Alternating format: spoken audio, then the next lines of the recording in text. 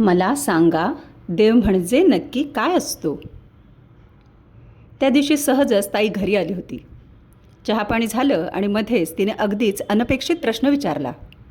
त्या प्रश्नाला कारण झालं समोरच्या भिंतीवरचं सरस्वतीचं चित्र. राजा रविवर्म्यांची ती अप्रतिम कलाकृती की जिथं पांढऱ्या शुभ्र साडीवर लाल रंगाची चोळी अशा कॉन्ट्रास्ट कॉम्बिनेशनमध्ये हातात विणा घेऊन एका दगडावर सरस्वती विराजमान आहे.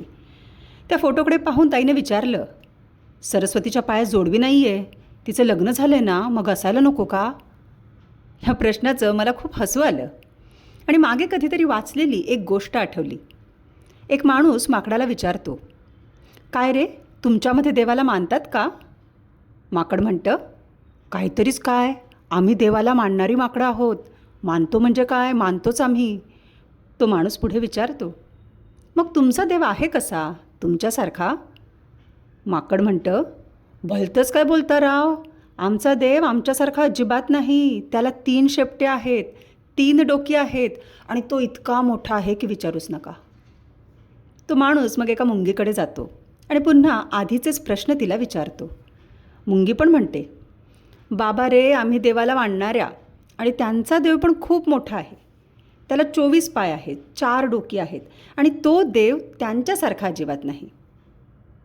ताईचा प्रश्न आणि माकड मुंगीचं उत्तर खूप अंतर्मुख करून गेलं आणि देवाविषयीचे विचार सुरू झाले. खरंच कोण असतो हा देव? कसा प्रवेश करतो तो आयुष्यात? लहान असताना खोटं बोललं की बाप्पा कान कापतो अशी भीती घातली जायची. पण आजूबाजूला कान नसणारे असे शिवगण सदृश्य कधी कोणी दिसले नाहीत किंवा आपण स्वतः तसे झालो नाही. त्यामुळे देवाबद्दल दुसरं जे नेहमी सांगतात, देव खूप दयाळू आहे, त्यावर अतोनात विश्वास बसला आणि शिक्षेपेक्षा त्याच्या या कनवाळू वृत्तीमुळे आम्ही त्याच्या मागे लागलो. इथे आम्ही म्हणजे मी स्वतः आणि मला भेटलेली, दिसलेली, मी पाहिलेली माणसं यांचा समावेश आहे. पुढे विशीत मी भगतसिंगाचं अनुवादित पुस्तक वाचलं. मी नास्तिक आहे. त्यातला ठळक मुद्दा मला जो आठवतो तो म्हणजे देव माणसाला हवा असतो याचं एक कारण म्हणजे भीती किंवा इच्छा. आणि मला हे एकदम पटलं. मी मुद्दाम विशीत होते हे नमूद केलं कारण तेव्हा उत्साह दुर्दम्य असतो, बंड वगैरे करण्याची वृत्ती असते आणि महत्त्वाचं म्हणजे मॅच्युरिटी कमी असते. तर भगतसिंगाचे विचार मला पटले.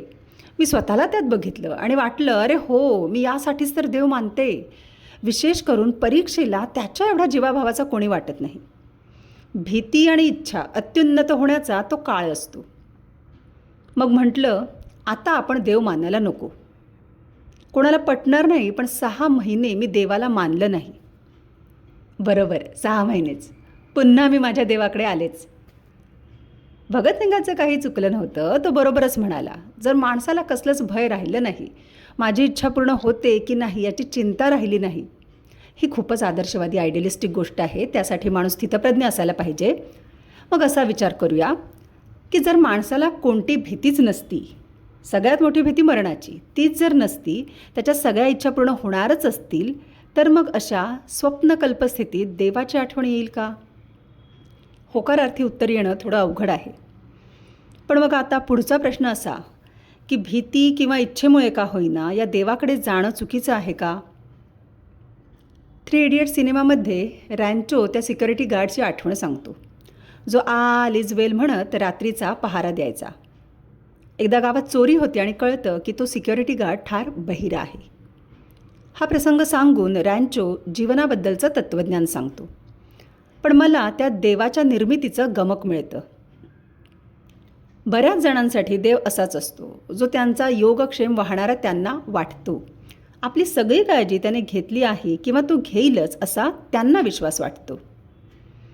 पण मग त्यामुळे जीवन सुसह्य होत असेल तर बिघडलं कुठं?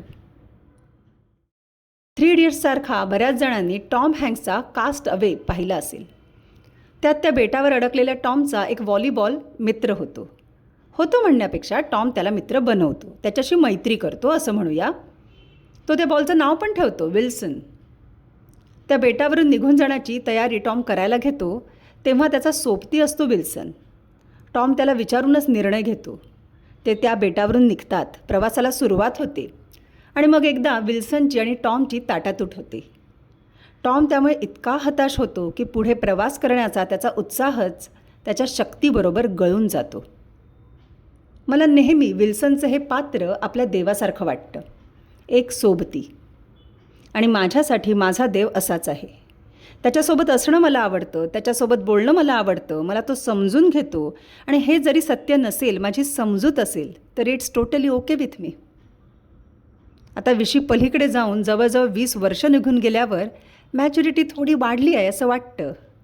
आता मला माहीत आहे माझा देव मानवनिर्मित आहे, पण मला त्यात जर सुकून मिळत असेल तर त्याला माझी काहीच हरकत नाही.